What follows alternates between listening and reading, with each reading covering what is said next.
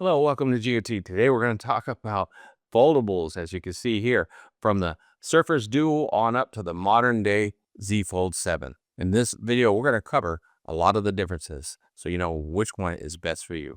Let's go. As you can see here, I've experienced a lot of foldables, starting with the Surface Duo, which is one of my favorites, believe it or not. And this thing is still working and usable today. As you can see here, it's got the two screens, which is really nice. You can fold it over, and then you got the single screen on the front, second screen on the back, which will go dark unless you want to double tap it and use the other side. So this is really a nice feature. And if you do use this other side, you double tap, that one goes black, as you can see.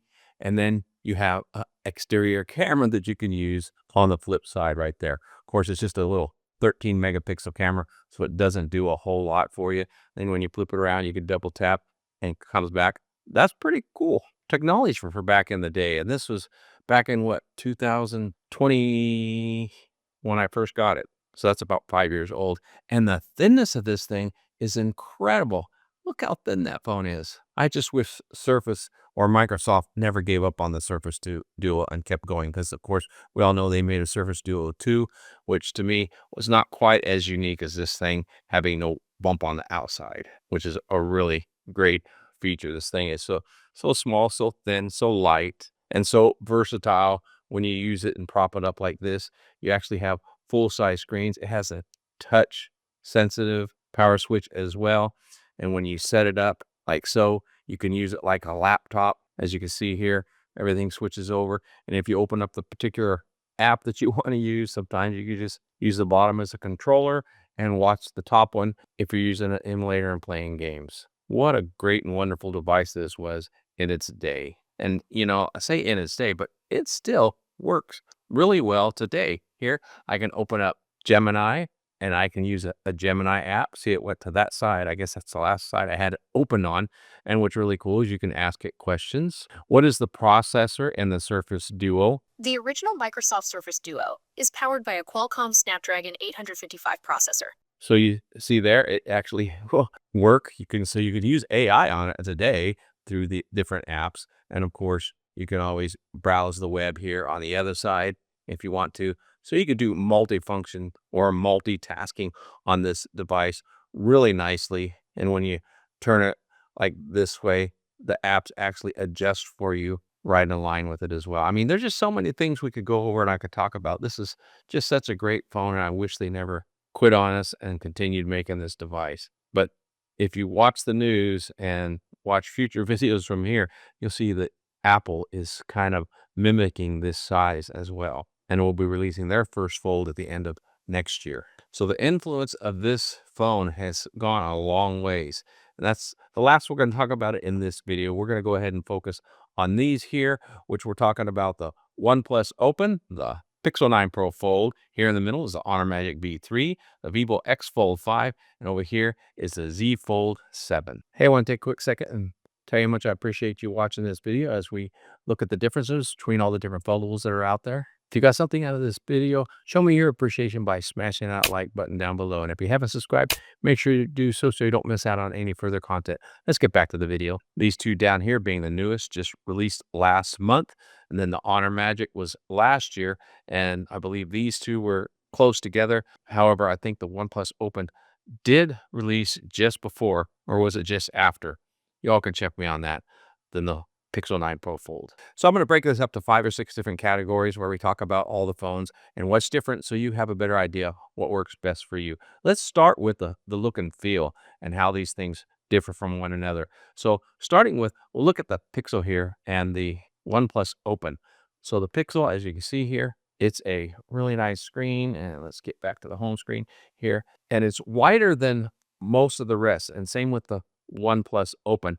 However, I thought this one was the widest until the Honor Magic V3 came out, and the Honor Magic V3 is fairly wide. I like the wider format, you know, such as we got with the Surface Duo.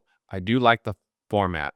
A lot of people prefer the original Pixel Fold because of that, which really makes sense to me. I did not own the original Pixel. I waited for the second gen. I didn't want to get a first gen. So that's why I ended up with the Pixel 9 Pro Fold. So these two actually have the same design in the front screen. They're both 6.3-inch screens. They have the additional bezel around the edge here. You can see on both of them. The Pixel a little more and you can see how it's actually a larger phone overall. It's wider simply because of that extra wide bezel, which they're supposedly going to be trimming down a little bit in the next version 10. So these two have the 6.3, and then you have a 6.4-inch external screen on the Honor Magic V3. And the Honor Magic V3, as you can see, is pretty much bezel-less, which I really like. And they really refine and slim down the hinge on this thing. And then you move over to the Vivo X Fold 5, and let's get that thing turned on.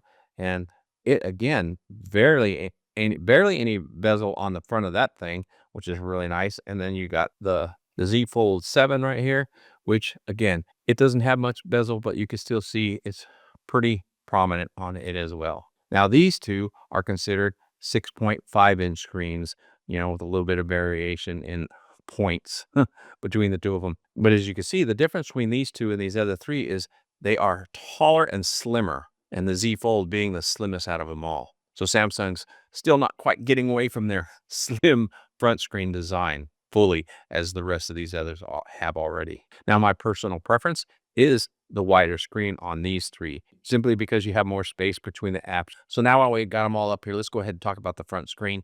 On the Vivo and the Honor Magic, you have more customization ability on the front screen or even on the inside screen and what you're doing with the apps. And what I mean by that is the sizing and shaping of folders and just the overall placement of things. Whereas like on the Pixel 9 Pro Fold, you can't get rid of the clock. You can't get rid of the weather thing up front. It's ridiculous. And you can't get rid of the Google bar down the bottom. I don't understand why you need this big old search bar. You can't, it's not like you could type anything into it. So it makes no sense. It just takes up too much space. So as far as the least amount of customization, that would be the Pixel 9 Pro Fold. Now the OnePlus Open, the Honor Magic V3, and the Vivo X Fold 5, all three of course are Chinese versions, and they all allow you more flexibility with your folders. You can actually make them narrow, you can make them large, you can make them small, which on the Pixel 9 Pro Fold, you don't have any options to resizing the folders. They're just like they are. And then on the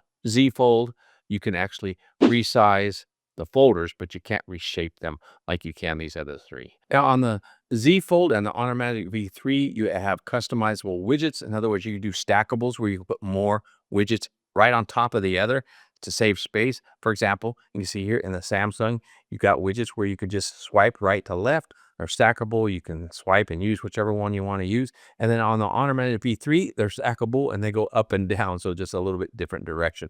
These others, I don't know if they can do stackable. You might be able to do stackable on the Oppo Find N, which is pretty much the same as the OnePlus Open in the OI, but I'm not quite sure if that's there yet because you don't have that in the OnePlus Open. Now, there's a whole lot more customization you could do on each of these, like resizing your app icons and doing themes and colors and all kinds of stuff. I'm not going to get into that or else this video would take forever to do. So let's go ahead and talk about the screens. I got a quick video here where I'm going to show you the external screen and the internal screen and their brightness outside, and I'll go ahead and narrate that video. There you see the cover screen on all of them. They're all good outside. This is kind of in the shade. I went with direct sunlight first, but it was just too bright. You couldn't see them. But in this, you can see that the Z Fold and the X Fold 5 are the brightest screens of the three, and the dimmest is the 9 Pro Fold. And then on the internal screen, it's pretty much the same thing. You've got the brightest, which are really bright, on the X Fold 5 and the Z Fold 7. And then comes the other three. Of course, the other three, as we know, are older, so it's a little bit older technology. So we've got the Samsung and the X Fold 5 are standing out amongst them all. As you can see there, the two newest phones are the brightest screens on the outside. And Samsung's always been pretty bright on the outside. I could actually give you the nit specs, but that's nitpicking, if you know what I mean, because it really doesn't matter is what you actually see. And these two are extremely bright outside. Now, the Samsung does seem to overheat a little faster and will dim over time, but they both are really good for a quick look outside in the sunlight. Now, these other three, you can see them really good outside. That's not an issue, but they're just not as bright as these other two, even though the Honor Magic V3 claims to be the brightest out of them all, I believe, with their nit rating of 5,000. But what really matters is what in the real world, what you actually see. All that to say, you won't be disappointed with any of them in an outside environment. Now, last thing I'm going to talk about as far as the look and feel is the design and the thickness of the hinge. I believe the thickest on these here on the table, the hinge, is actually the OnePlus Open. This one's got quite a bit thick in the hinge, whereas the Pixel is right next to it. Let's see if I can just flip this over so you can see. The Pixel is right next to it. They are they are both nearly just as thick. And then these other three are very compatible with one another. Now these two, because they are rounded, they look just as thin as the Z Fold, which is a 4.2 millimeter screen when open, and these are considered 4.3, but they actually look the same. So you can see on these two, they're pretty much the same thickness. I don't know if the camera is going to focus for you or not.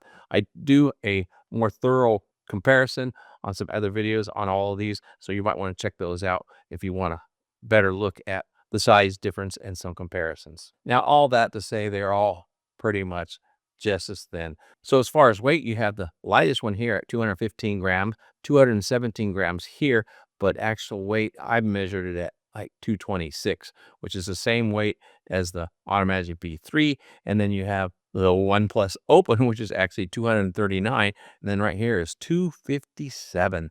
That is one heavy brick. When you're talking about grams like that, it really doesn't make a whole lot of difference. They all pretty much feel the same, unless you're holding up the Pixel 9 Pro Fold and the Samsung at the same time. You can definitely feel the difference. Now let's talk about performance. Now, as far as performance goes, most people rate that on the processor and how powerful it is. But you know what? That doesn't really translate to everyday use. When you're just using these phones and devices for everyday use, such as just opening up apps, looking at information, browsing the web, watching videos, you're not going to get any difference in performance between the OnePlus Open that has a Snapdragon 2 chip in it and the 8 Elite chip that's in the Z Fold 7. They're going to perform pretty much the same browsing the web, opening up apps, watching videos. You're not going to see much different. The big difference is when you do some heavy processing, like if you do high intense video games, such as the high speed racing games or all these combat games that are out today, you're going to get the best performance here and frame rate out of the 8 Elite chip that you get in the Z Fold 7. Now, the worst performer out of all these is going to be the Tyson G4 chip that you get in the Pixel 9 Pro Fold. It just doesn't quite keep up with Snapdragon. Now, they're saying that the new one made by TSMC this year on the Pixel 10 is supposed to be a lot better, but we still have that yet to see. So I have done some video editing testing on these, and you might want to check that video out as well. But you can find that the 8 Elite chip does blow the rest of them out of the water when it comes to processing videos and rendering edits. And of course, the worst at it is the Pixel. Now let's go ahead and talk battery on these things, because battery is a very sensitive subject. Which one is going to last the longest? Well, we'll go from largest or longest lasting to the worst. So we start with the Vivo X Fold 5. It comes with a 6,000 milliamp hour battery, and this thing charges at 88 watts wired. That is fast. Or you can do 40 watts wireless. So you get a lot of fast charging with this thing and a very long lasting battery. And next in this lineup is the Automagic V3 with a 5150 battery, and it does 66 watts fast charging and 50 watts wireless. So again, this is going to last you 1.5 to 2 days and sometimes into a third day, just as the Vivo. And then you could just charge it really fast with its charger. And then you have 4,805 milliamp hour battery in the OnePlus Open, and this thing will charge 67 watts wired, and it does not have wireless charging. So that's something that's missed out on this one, and they did improve in the Oppo Find N. They added wireless charging. And then you have the Pixel, which is a 4,650 milliamp hour battery. So that's pretty small, and its wired charging is somewhere around 27 watts. They don't really specify, but I could tell by how quickly it does charge. It's somewhere around 27 watts and 15 watts wireless. And then last is the Z Fold 7 with a 4,400 milliamp hour battery, 25 watt charging, and 15 watt wireless charging. So it's got the smallest battery and the slowest charging, which is a really bad combination. So the battery is not going to last as long. Then when it comes to charge it, you're going to be without it longer because it takes longer to charge. Now, I am hearing reports, and even some of you may have experienced it, that you do get a full day's use out of the Z Fold 7 on a normal day use. So at least there's that. You just charge it up at night and you're okay. but I prefer these two right now, where at the end of the day, I still have 40 and 50 and sometimes 60% battery life, and I am a heavy user. Because for me, the same use case on the Z Fold, it's under 20% by the end of the day. And if I happen to go out on a photo shoot that day, I'm having to charge it sometime during the day because it will lose all of its juice. So now let's go ahead and talk about updates and warranty services. Well, you've got guaranteed 7 years of security patches and updates on the Z Fold. On these two, I believe it's like 4 years. From what I could tell by my research, they have not upped that yet. So that's the Vivo and the Honor. And then on the Pixel, it has also 7 years security patches and updates. And the OnePlus Open also has 4 years. I almost said 4 years. 4 years of security patch and update. And because this thing is already almost 3 years old, you only have another year or so. Now, as far as warranty services, they all are covered by the 1-year manufacturer warranty, but the difference is only these two can you get pretty much worldwide, or wherever you bought it from, you can get service. And out of the Pixel and the Samsung actually has store locations all over the place. You can even walk into a Best Buy in most cases and get service. So for the best warranty service, availability is going to be the Samsung and the Pixel. And then next to that is the OnePlus. OnePlus does have service centers, at least in my country, the United States. And so they've upped the turnaround. You have to mail it in, but they will turn it around within 10 days if you send it in for service. So that's pretty good. These other two Chinese models, the Vivo and the Honor, I've yet to have to experience that and hope I don't ever have to. But here's a pro tip.